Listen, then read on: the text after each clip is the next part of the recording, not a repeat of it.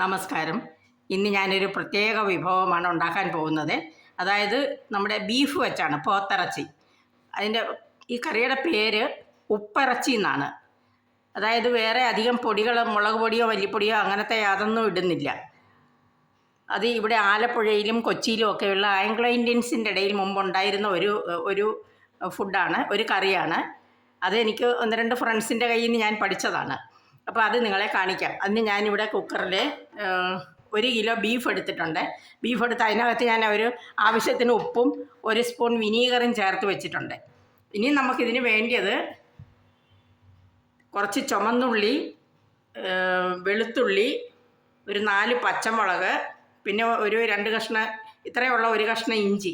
ഇത് ഇത്രയും ഞാൻ അരിഞ്ഞു വെച്ചിരിക്കുകയാണിത്. ചുമന്നുള്ളി അരിഞ്ഞിട്ടില്ല, ചെറിയ ഉള്ളി ആയതുകൊണ്ട് മുഴുവനോടെ തന്നെ ഇട്ടിരിക്കുക. ചുമന്നുള്ളി അല്പം കൂടുതൽ വേണം, കാര്യം സവോള ചേർക്കുന്നില്ല ഇതിൽ.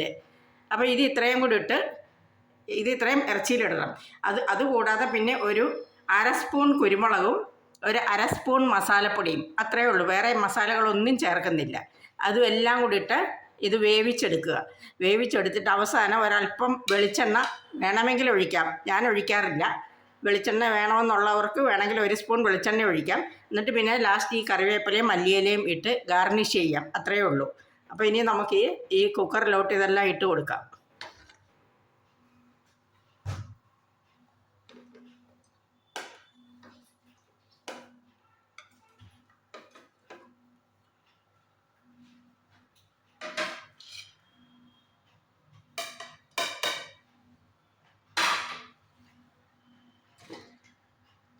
ഇനി ഈ കുക്കർ അടച്ചിട്ട് ഇളക്കി ഇത് വേവിച്ചാൽ മാത്രം മതി.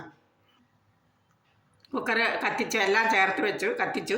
ഇനി ഇത് തുറന്നിട്ട് കറിവേപ്പിലയും മല്ലിയിലയും ചേർത്താൽ മാത്രം മതി. പിന്നെ ഇതിൻ്റെ കൂടെ കോമ്പിനേഷൻ പുട്ടാണ്, അരിപ്പുട്ട്. നമ്മുടെ ഉപ്പിറച്ചി റെഡിയായി. ഞാനത് കുക്കറിൽ നിന്ന് പാനിലേക്ക് മാറ്റിയിട്ടുണ്ട്. അത് കഴിഞ്ഞ് അതിനകത്ത് കുറച്ച് കറിവേപ്പിലയും മല്ലിയിലയും കൂടെ ചേർത്ത്, വേറെ ഒന്നും ചേർത്തിട്ടില്ല. പിന്നെ എണ്ണയൊക്കെ വേണം, അല്പം സ്പൈസി ആയിട്ട് വേണം, അല്പം തിക്കായിട്ട്, അല്പം ഹെവി ആയിട്ട് വേണം എന്നുള്ളവർക്ക് എണ്ണയോ നെയ്യോ ഒക്കെ ചേർക്കാവുന്നതാണ്. ഞാനതൊന്നും ചേർത്തിട്ടില്ല. ഈ വെള്ളത്തോടു കൂടി തന്നെയാണ്, മഞ്ഞൾപ്പൊടിയോ ഒന്നും ചേർത്തിട്ടില്ല. കളർ വേണമെന്നുണ്ടെങ്കിൽ നമ്മുടെ ഇഷ്ടത്തിനനുസരിച്ച്, നമ്മുടെ ഭാവനയ്ക്കനുസരിച്ച് സ്വല്പം മോഡിഫിക്കേഷനൊക്കെ വരുത്താം. ഏതായാലും ഇതിന് ഏറ്റവും നല്ല കോമ്പിനേഷൻ പുട്ടാണ്. ഞാൻ അപ്പുറത്ത് പുട്ടും വെന്തുകൊണ്ടിരിക്കുന്നു, നിങ്ങൾക്ക് കാണാമെന്ന് വിശ്വസിക്കുന്നു. അതേ, ഇവിടെ നമ്മുടെ ആവി വറക്കുന്ന ചൂട് പുട്ടും ഉപ്പിറച്ചി കറിയും റെഡി ആയിട്ടുണ്ട്. ഇനി കഴിക്കാം. അപ്പോൾ എല്ലാവരും, കണ്ടിരുന്നവരെല്ലാവരും ഈ ചാനലൊന്ന് സബ്സ്ക്രൈബ് ചെയ്യുക, ഷെയർ ചെയ്യുക, ലൈക്ക് ചെയ്യുക, കമൻറ്റും ചെയ്യുക. അങ്ങനെ പ്രോത്സാഹിപ്പിക്കുക. എല്ലാവർക്കും നന്ദി.